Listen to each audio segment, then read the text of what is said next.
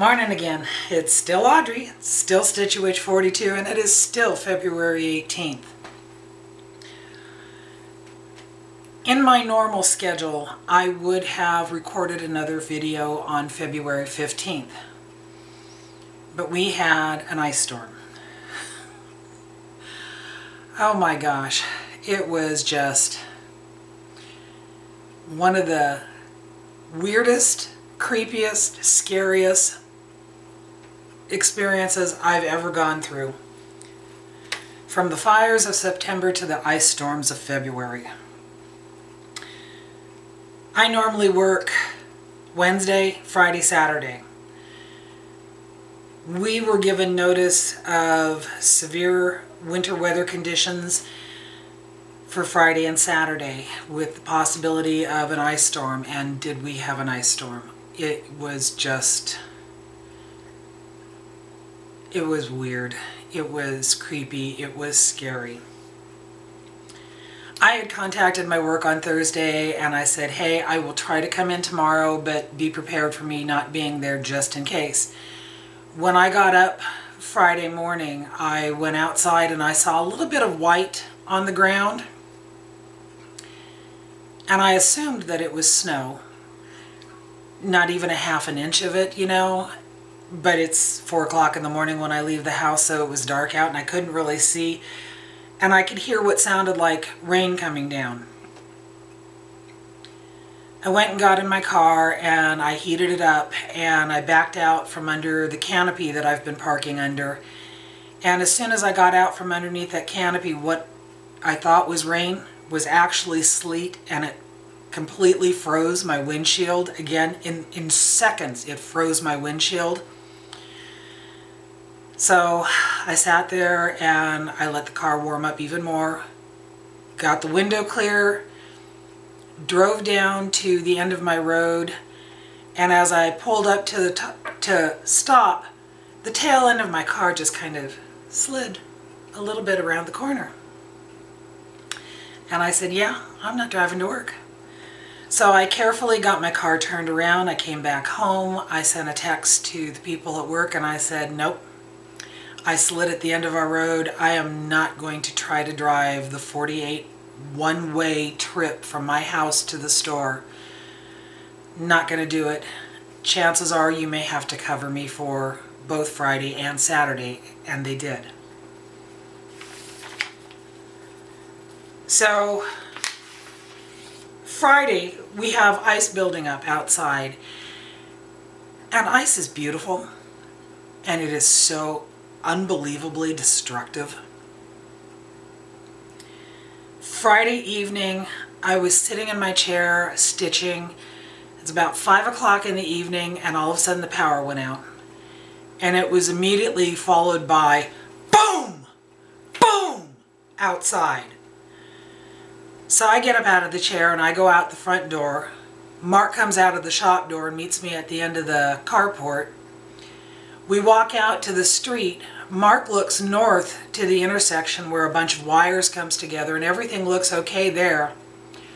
I looked south, and 2 blocks over from us, the big transformer had fallen to the ground, and we were without power. We were without power for 72 hours. Friday evening, we still had cell phone, which was nice. And we still had internet, which was even nicer. No, we didn't have internet. I'm sorry. We had cell phone. So I went to bed early Friday. It was cold. Right after we saw that the transformer blew, Mark went down to the auto parts store and he bought an inverter. What an inverter is you can use it to take the electrical currency out of your car battery and transform it to the electrical currency that your house uses, and we used that to run our pellet stove. I had a couple people ask me about this. Pellet stoves run on electricity. They need the electricity for the feed, to feed the pellets down to the little cup where they burn. It also needs the electricity for the fan, which blows the warm air into the house. So Mark used his Jeep battery Friday night, the inverter, to run the pellet stove to heat our house Friday evening. We knew that the Jeep battery wasn't going to last, and we had no idea how long we'd be without power. I went to bed Friday evening. When Mark came to bed, excuse me, had to burp. When Mark came to bed, I started listening to the maple tree that's right next to the house. We have 3 maple trees. We have the big one in the front of our house, which is scarlet.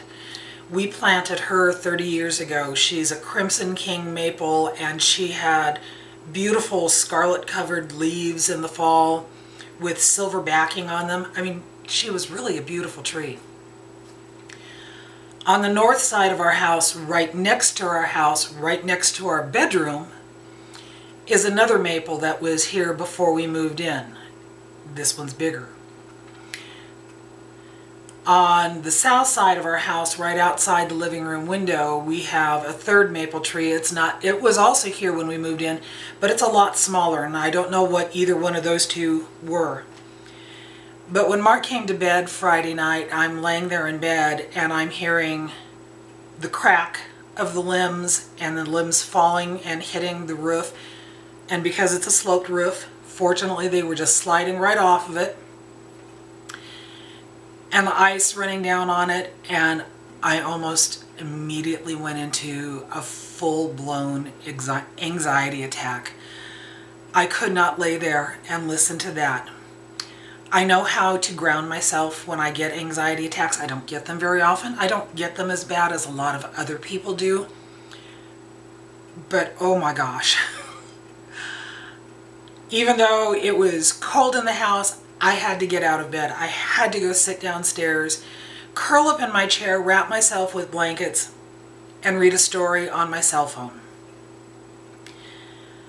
And I could look out through the windows downstairs, and I could see the ice on everything out in the front yard. And at one point I noticed, we have 2 front-facing windows. At one point I noticed through this window lights coming forward and making the ice all sparkly and glittery. And then it looked like they were backing up. And I thought, well, that's weird, you know. I think I was upstairs or downstairs for like 2 or 3 hours. I know my alarm went off at 3 o'clock, reminding me that I would have had to get up Saturday morning to go to work, but I wasn't even going to try. I stayed up until it was starting to get light outside, and when I looked outside through the windows, we lost part of the maple out front. I didn't know how bad it was, and I wouldn't know until later. But at that point, I felt like I could go back upstairs and curl into that nice warm bed because I was cold. 2/3 of the top of that maple out front had cracked under the weight of the ice. Fortunately for us, it fell forward into the street, and that's why the car lights were backing up, because it fell almost all the way across the street. It was a big tree. So we are going to have to take her out completely, because if you follow me on Instagram, you will have seen the pictures that I posted. The ice storm destroyed her. The ice storm destroyed her. The tree on the north side, the one right over our bedroom, had some branches come down too. None of them were huge, and like I said, because it's a sloped ceiling and they were right above that, they slid off and down into the alleyway next to us. But she lost several branches too. The one on the south side lost a few branches. It is just absolutely amazing how destructive ice can be. So we were without power for 72 hours. Starting Saturday morning,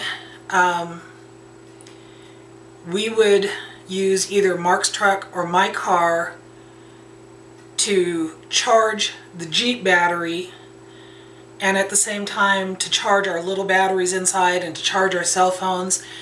While we were doing that, we were using the inverter to run the power into the pellet stove so that we could run the pellet stove for about an hour to bring the temperature up.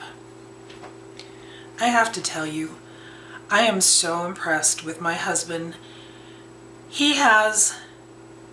He made it so that we got through this with a lot of inconvenience, but he took care of us. When we first lost the power, he went and got the camp stove out and set it up on the stove in the kitchen so that we could have hot meals. He went and bought the inverter so that we could run the pellet stove. He did what he could. And, you know, we took turns sitting out in the car, not only to warm up in the car, while the pellet stove was heating up the house, but then when we get the temperature up in the house, we'd have to turn the pellet stove back off, and of course the temperature would drop because it's icy outside. Wrapped up in blankets. It was intense. It was very, very intense. Power came back on. Oh, we also lost our cell phone service Saturday morning. And we lost our internet connection Saturday morning because when the maple tree went down, it pulled the wire for the internet from the house. So, no power, no cell phone, no internet. Camping in my house in February, not fun. Not fun. We had neighbors come over Saturday and help to chainsaw parts of the limbs down from the tree to make it more safe out there. We still have a ton of debris in our front yard that has to be cleaned up. It will all be taken care of. But you don't want to hear about all that. Oh, we got our power back Monday. So, like I said, it was 72 hours. You want cross stitch. And I want to tell you cross stitch. Like I said, I am recording this video on February 18th. This one would have replaced the video that I would have recorded on the 15th, but couldn't because of the ice storm. So I have projects that I worked on. I have new starts and stuff to share. So let's get into cross stitch, right? I had seen on Instagram, this was right before Valentine's Day, I had seen somebody post this on Instagram. It was a freebie pattern by Stone Street Stitchworks. And I thought that that looked awfully cute. And I thought I would stitch that. This is with Gentle Arts Cranberry. Now, looking at this and looking at the size of this, I thought, remember the finishes I showed you from the Hooray for Halloween? The owl's face, the owl, the pumpkin face, and the skeleton. I was thinking I could do something similar with this and maybe a couple other small pieces and make a similar display for Valentine things. Obviously for next year because this isn't finished and it's after Valentine's Day this year. So this was a start and a finish one day. I'm not sure when, because this past week has been a blur. Before I lost power on Friday, I had been watching Becca, Sambrie Stitches, and she had shown another freebie pattern from By the Bay Needleart. It was Love is the Key. So I also stitched this one. Now my original plan was to use the cranberry to stitch this one. But I realized I didn't have enough of the cranberry left. And I thought, just go upstairs and I'll get a DMC color. And I realized I have one red in my Alphonse Mucha box. It is DMC 816. So I pulled it out and I compared it to the cranberry and I thought, well, that's close enough. I thought, maybe I'll stitch the words and stitch the outline of the key, and then the inner part of the handle of the key here I would use the cranberry. Apparently DMC 816 is the equivalent for cranberry, because that's exactly what I did, and you can't tell any difference between the colors there. I did do the top bar of the key and this part of the key in cranberry. All the letters are in 816. I put marks in my initials above the top here, and my plan is to make this one into a small pillow finish. So there's two more finishes, starts and finishes. I've been doing stuff with my journal. If I come in here and I look at it, these are my finishes so far for the year. And they carry on to the next page. But I've been playing with the inside of my journal. I had decided that I was going to put a little tab here on the first page to mark off the pieces that I was carrying over from 2020. Then I put another tab in here, and I used one of the 2021 charms that Helen had sent to me to mark the start of 2021. I've been putting stickers in and just playing with decorating the pages. I took a little Alphonse Mucha clip art and put it in here on my Alphonse Mucha page. When I started those two pieces, my two Valentines pieces, I actually did the first one on February 4th. I decided that I needed to do something different to designate the beginning of February. So I went upstairs and I got a piece of lace that was an ivory color, and I used some of my inks from journaling and just ran it across the top of that and changed it to a pinkish color. And I actually sewed this onto the page to mark February. So I'll probably do something like that for March, April, May, so on and so forth. But I've had fun playing with this journal. Chris, I love it.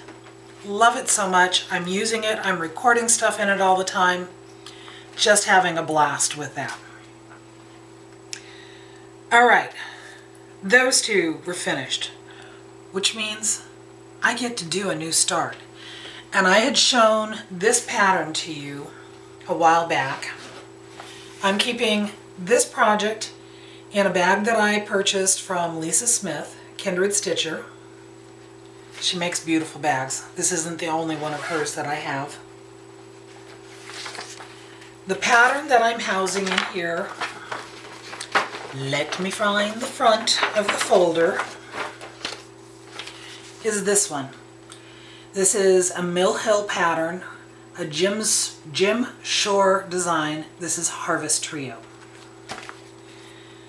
So when I went upstairs to kit this one up, because it's a DMC, I'm kitting it up with all, because it's a Mill Hill, I am kitting it up with all the DMC floss. I had been up to Acorns and I had purchased all the Mill Hill beads. There's 9 different colors that will be used in this. And then I was trying to figure out, how do I want to organize my floss for this? Do I want to bobbinate it? Do I want to put it on a floss ring, on floss cards? And then I was looking through my stuff and I found this little book. This little book was sent to me from Collette. Sorry, Collette. Name just went right out of my head for a moment. She sent this little book to me a year and a half ago. But you open it up and it's got a little library card in there so you can list your project. And then it has floss away bags in here. And I had to add a couple more because of how many colors there were in here, but this is great. I have the colors in there so I can see, they're all still on their skeins so I can see what colors there are. There's a little card in here so when I'm using it I can put the extra flosses in the back there. And this is just a really cute way to use something that I really, really liked and appreciated for a project. This is where I'm at with this project. This is the outline of the pumpkin, and the way this pattern is stitched, it alternates between fully cross-stitched segments, and then the empty segments will be cross-stitch and beading. On Instagram and on YouTube, April.may.june.stitcher, she just finished doing the same one.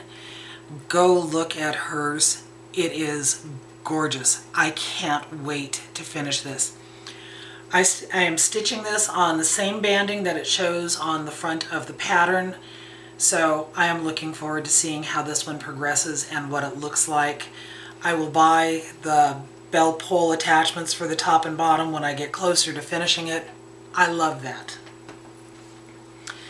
The next project that I worked on, housing it in one of my Vonna style bags. This is Mandarinks Designs Moon Charm.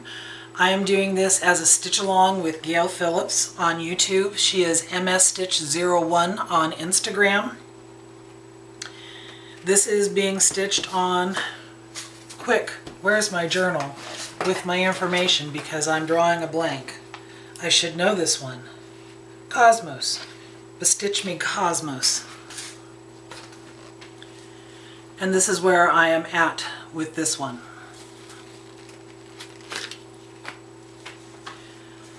So I came in and I finished a little bit here. I got these two hangy things, I don't know. I got those two finished, and then I came back and I'm working over on this section here. This flower here is new and I'm working down here. I've done a little bit of the back stitch up here on this one. I love this. I think it is gorgeous. I think these colors pop on this fabric.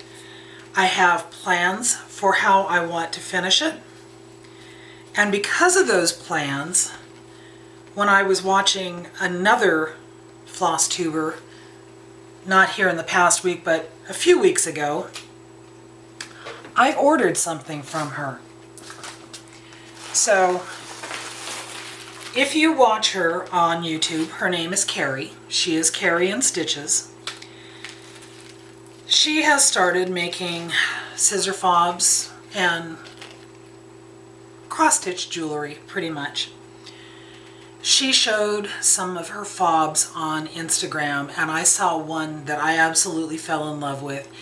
And I contacted her and I said, I really, really like that one, but do you have cobalt blue beads that you could use? Because that's my color. And she said she didn't, but anything to order new beads. Well, gosh, would that mean I'm enabling you, Kerry? She sent it wrapped up in this beautiful little package. And I got this scissor fob from her. The name she is using for her business is Black Pear. She's Kerry in Stitches on Instagram and on YouTube.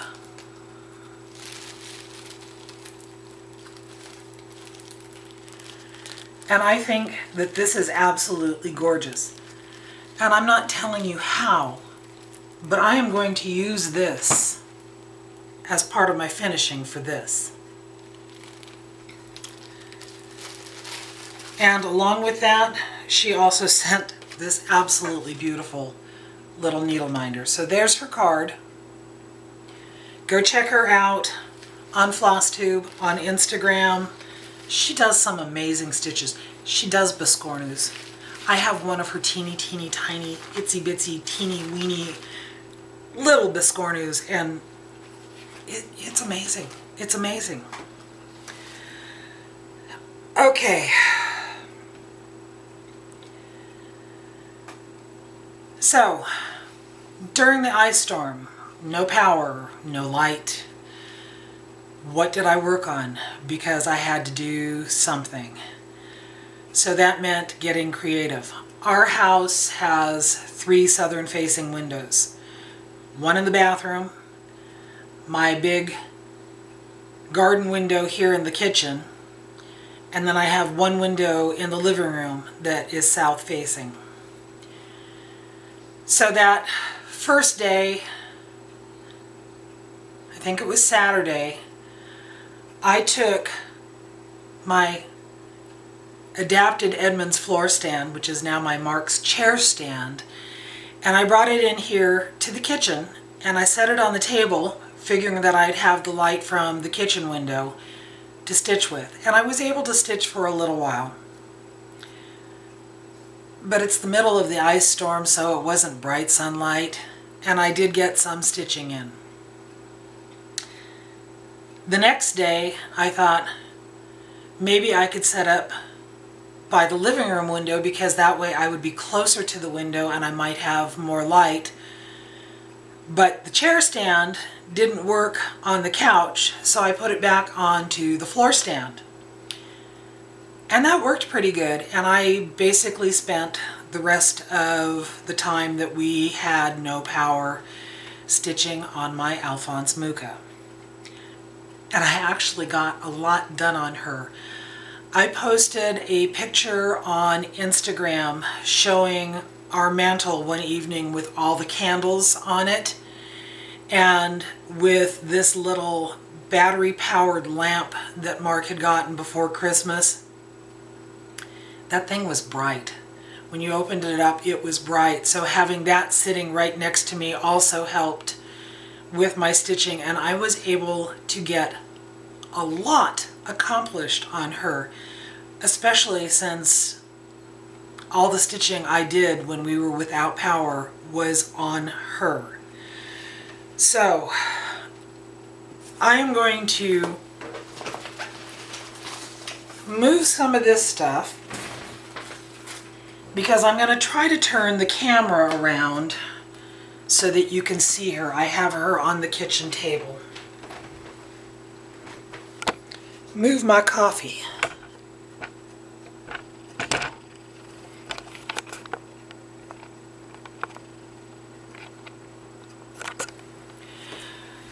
Alrighty, there she is. She is gorgeous. She's so, so gorgeous. I had been working on this area here, and what I started doing with this one, from this line up that's the bottom of pages 5, 6, 7, and 8. So I'm now working on 9, 10, 11, and 12. And I decided that I was just going to start from here, and I was going to start working out from this one. And then of course I would get tired of the light colors, and I'd come over and I'd grab some of the dark colors and fill this in and fill that in. I got a lot done in those 3 or 4 days of stitching when we had no power, and I just love the way she looks. She is gorgeous beyond belief. I am stitching her on a piece of 14 count Aida, because her finished dimensions will be approximately 11 inches wide by 27 inches high.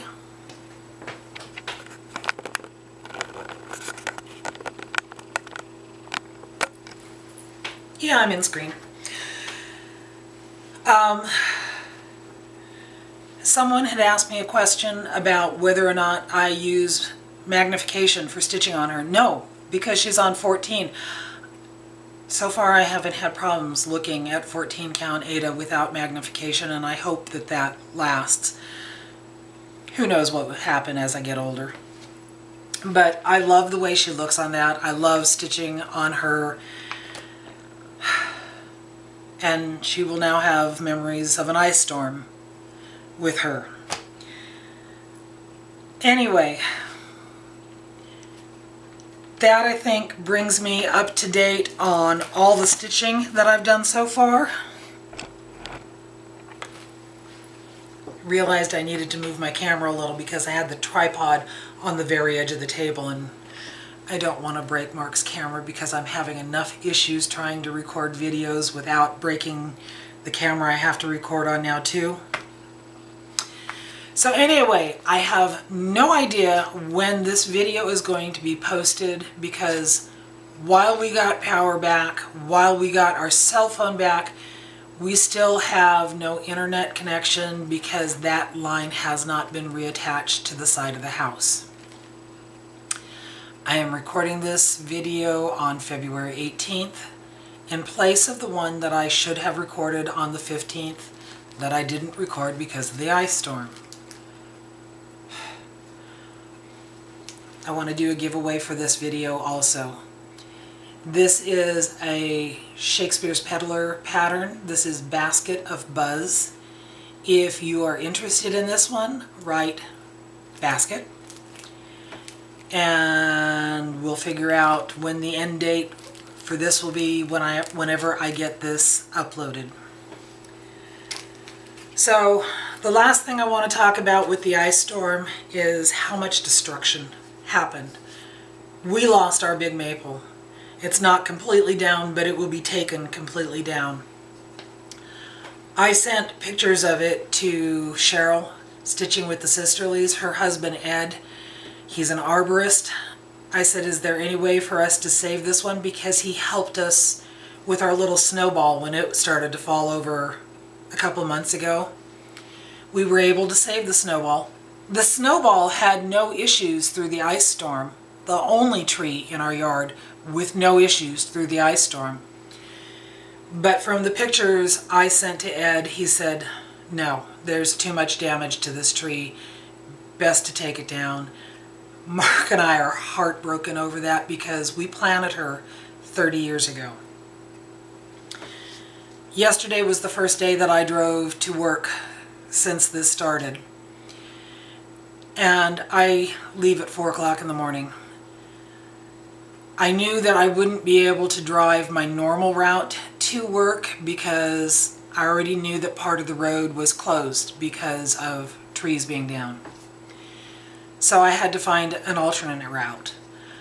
I live in Silverton, Oregon. I work in Lake Oswego, Oregon. It's 48 miles one way from my house to my store.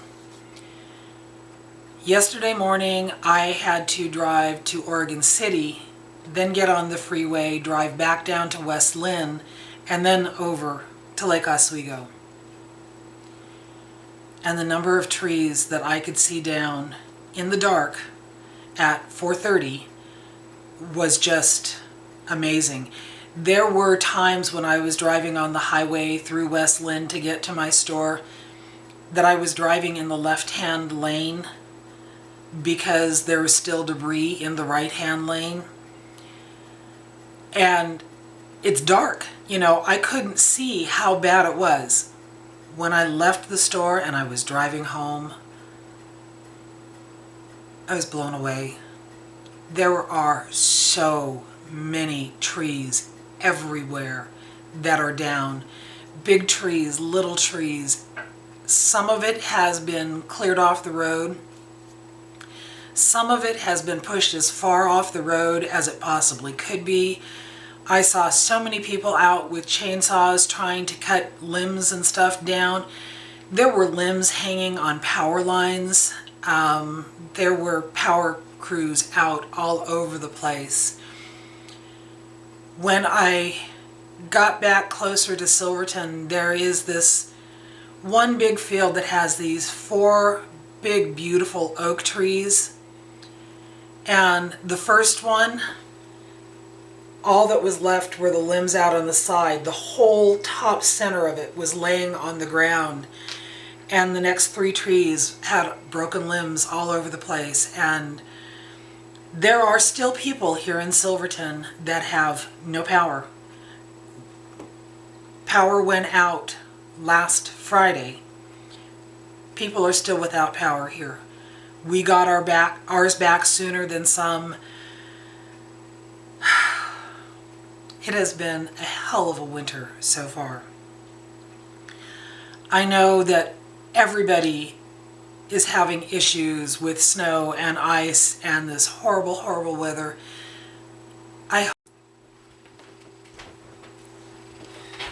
Okay, try to end this again. I hope that everybody is staying safe. I hope everybody is staying warm. I hope you're all watching out for each other and taking care of those around you. I will get this video uploaded as soon as I can, and hopefully by the time it rolls around to when I'm supposed to do my next video, I'll have internet connection again and I can get things up and I can get back on track. Until then, everyone, stay safe, stay warm, stay healthy, live long and stitch on, my friends. Bye-bye.